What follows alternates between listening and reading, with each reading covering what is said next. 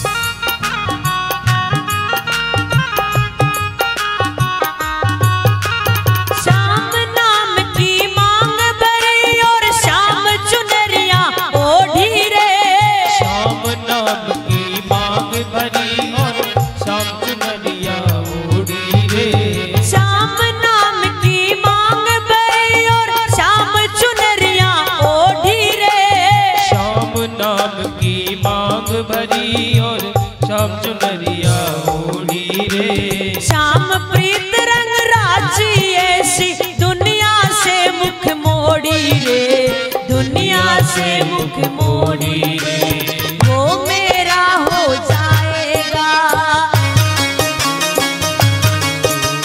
वो मेरा हो जाएगा और मैं उसकी हो जाऊंगी। बन के दुल्हनिया श्याम पिया की ब्रज नगरी अब जाऊंगी, ब्रज नगरी अब जाऊंगी। बन के दुल्हनिया श्याम पिया की ब्रज नगरी अब जाऊंगी, ब्रज नगरी अब जाऊंगी। ओ मस्ती से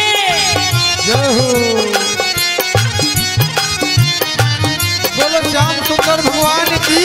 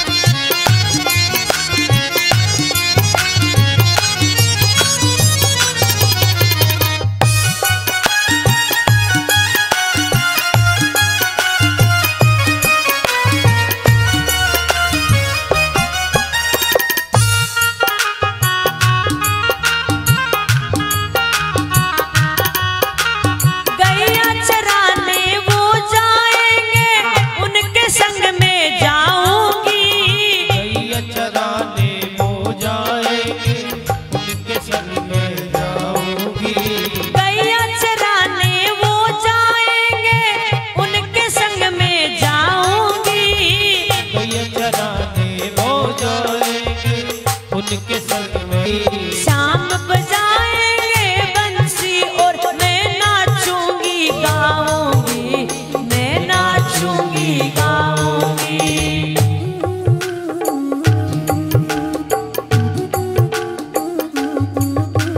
थक जाएंगे शाम पिया तो, थक जाएंगे शाम पिया तो उनके चरण दबाऊंगी।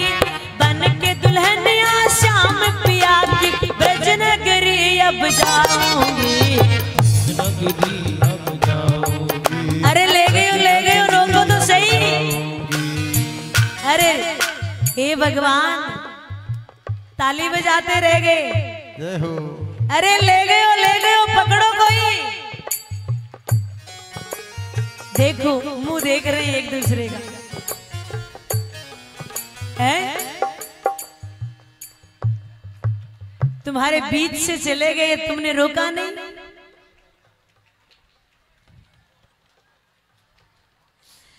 माँ खड़ी खड़ी मंदिर में ये भाव प्रकट कर रही है कि मैं अब तो श्याम सुंदर के साथ जाऊंगी, और वो गैया चराते हैं, मैं तो गैया चराने भी साथ में जाऊंगी। वो थक जाएंगे तो उनके चरण भी दबाया करूंगी। अब देर हो जाती, थोड़ी सी बाहर निकलती है, थोड़ी सी बाहर निकलकर देखती आए क्यों नहीं श्याम सुंदर आने की बोलकर गए थे। जैसे बाहर निकलती है, जो पहरेदार साथ में आए थे तो कोई उनके लंबे लंबे केशों को देखता है, कोई उनके नेत्रों को देखता है, कोई उनके स्वरूप को देखता है। और इतने में ही श्याम सुंदर आते हैं। आधे जो पहरेदार जो साथ में सैनिक आए वो श्याम सुंदर को देखने लग जाता है। अरे कितना सुंदर है, देखो तो देखो इनके नेत्र कैसे हैं। उनके स्वरूप को देखते रह गए और वो आए, रुक्मन जी को लेकर वहां से चले गए। जब तक उनके होश में वो आए तब तक आवाज आई वाला ले गयो ले गयो ले गयो। अब महाराज उनके पीछे दौड़े, तब तक तो वो वहां